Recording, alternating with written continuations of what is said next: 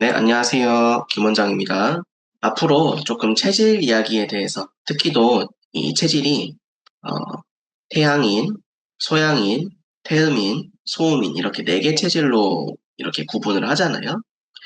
근데 요거에 대해서 좀 더 세분화해서, 많이 들어보셨을 팔체제의학, 이런 거에 대해서 궁금하실 거예요.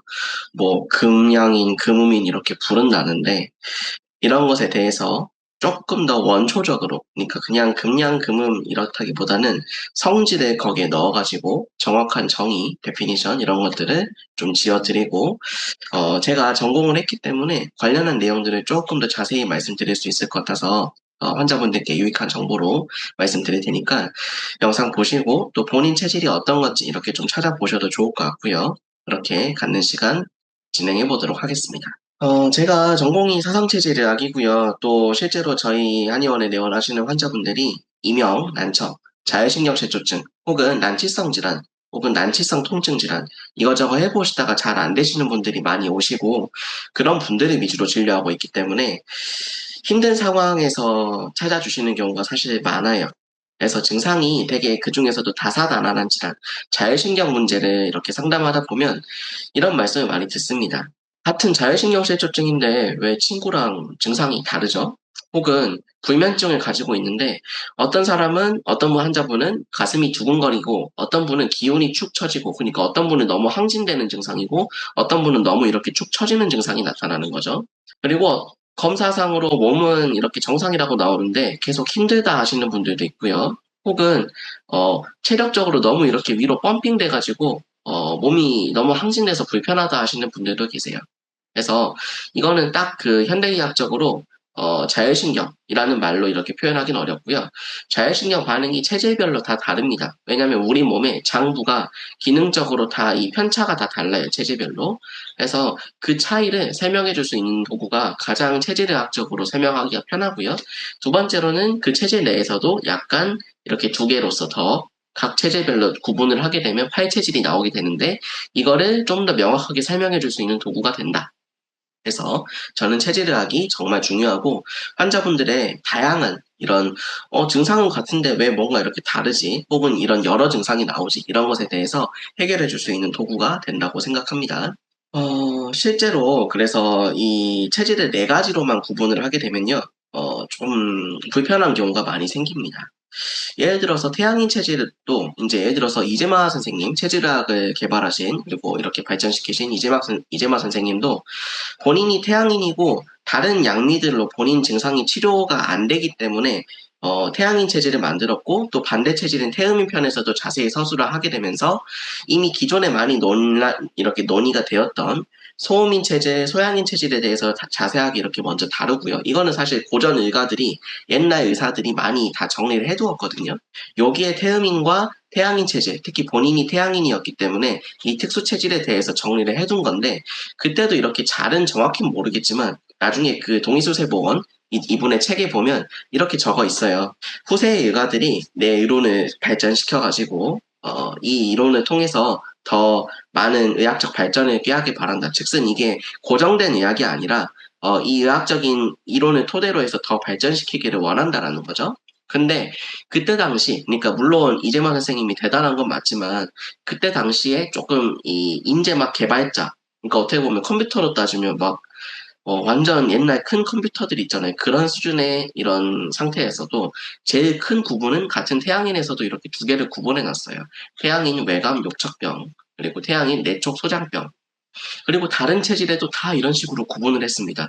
그리고 태양인이 가장 내용이 빈약한데 그럼에도 불구하고 이렇게 구분을 해놨어요. 뭔가 이 태양인 병증에서도 두 개가 다르니까 이렇게 구분을 해둔 거거든요.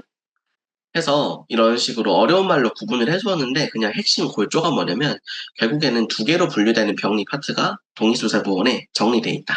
그래서 저의 경우에도 정확한 진맥과 정확한 진맥을 통한 체질 진단을 통해서 체질을 좀 더 세분화해서 8개 체질로 봅니다. 이거를 뭐 팔체질이라고 분류를 하면 팔체질이라고 할 수도 있는데 저는 그냥 좀 더 정확한 체질 분류라고 말씀을 드리고 싶어요.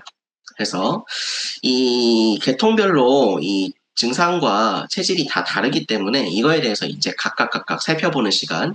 태양인 같은 경우에는 소양성 태양인, 소음성 태양인, 소양인 같은 경우에는 태양성 소양인, 태음성 소양인, 태음인 같은 경우에는 소양성, 소음성, 소음인 같은 경우에는 태양성, 태음성 이렇게 성질들을 하나씩 끼면서 가게 되거든요. 요거에 대해서 각각 다뤄보는 시간을 각각 영상으로 이렇게 볼 거고요. 그래서 체질은 이런 식으로 8개로 구분이 됩니다. 흔히 많이 보셨을 뭐 금양인, 금음인, 토양인, 토음인, 목양인, 목음인, 수양인, 수음인 이렇게 보일 수 있는데 이렇게 보게 되면 사실 이게 무슨 말인지 싶어요. 그냥 이렇게 보시면 됩니다. 태양인인데 소양성이 2등인, 그러니까 소양성을 띠는 태양인이다. 태양인인데 소음성을 띠는 태양인이다. 소양인인데 태양성을 띠는 소양인이다. 소양인인데 태음성을 띠는 소양인이다. 즉슨 이 체질의학적인 거, 태양인이라면 태양 체질이 1등인데 2등이 소양 체질도 가지고 있다. 태양 체질이 1등인데 소음 체질도 가지고 있다. 이렇게 생각해 주시면 될 것 같아요. 그래서 그렇게 좀 분류를 해놨고요. 예를 들면요. 여기 태음인 체질 얼굴로 이렇게 분류해놨죠. 물론 꼭 이게 맞진 않습니다. 근데 태음인 같은 경우에는 소양성 태음인과 소음성 태음인, 목양인, 목음인으로 구분을 하는데 소양성, 특히 좀 이렇게 소양인의 이런 소양성을 가지고 있는 분들은 태음인의 일반적인 특성과 다르게 열도 잘 오르고 열도 많고요. 물론 꼭 그렇지 않을 수 있지만 좀 예민하고 교감신경이 항진되고 좀 말도 많고 에너지틱한 분들이 많고요. 근데 그 반대로 소음성 태음인은 소음성을 가져서 뭔가 기운이 쭉 떨어지고 소화 기능도 소음인이 소화가 잘 안 되는 분들이 많거든요. 소화 기능이 약하고 부교감 신경이 저하되는 양상을 보이는 경우가 많습니다. 그러면 예를 들어서 같은 태음인이라고 진단을 했다고 치면 같은 체질이어 버리니까 이렇게 계통이 달라서 치료 방향이 달라 보이는데 같은 약을 처방해야 되는 경우가 있거든요.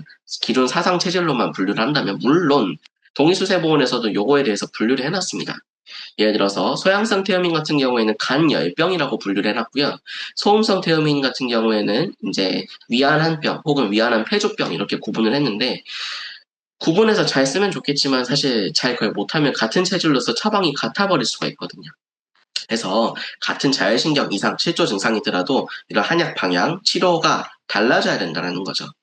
또 약제로 좀 예시를 들어볼까요? 쉽게. 인삼. 사실 인삼은 소음인한테 좀 적합합니다. 근데 태음인한테도 쓸 수 있는데 소양성 태음인한테 쓰게 되면 부작용이 나요. 고혈압, 당뇨 혹은 혈압으로 인해서 뭔가 두통이 생길 수도 있고요. 근데 소음성 태음인한테 쓰면 소화도 잘 되고 몸도 회복되는 경향을 보입니다. 그래서 이분들이 소음인과 헷갈릴 수 있어요. 즉슨 요거를 분류를 또 잘 해야 되는 거죠. 근데 같은 약인데 이렇게 분류에 따라서 체질 분류에 따라서 반응이 다르면 구분을 해서 치료를 해야 된다는 거죠. 여기 보시면 제가 다른 블로그에다도 이제 체질별로 뭐가 음식이 맞고 아닌지도 좀 구분해서 적고 있으니까요. 저희 블로그 오셔가지고 제가 링크에다가 달아드릴게요. 보셔도 좋겠고요. 해서 정확한 체질 구분 없이 이렇게 그냥 단순하게 접근을 하게 되면 반응이 들쭉날쭉해질 수 있습니다.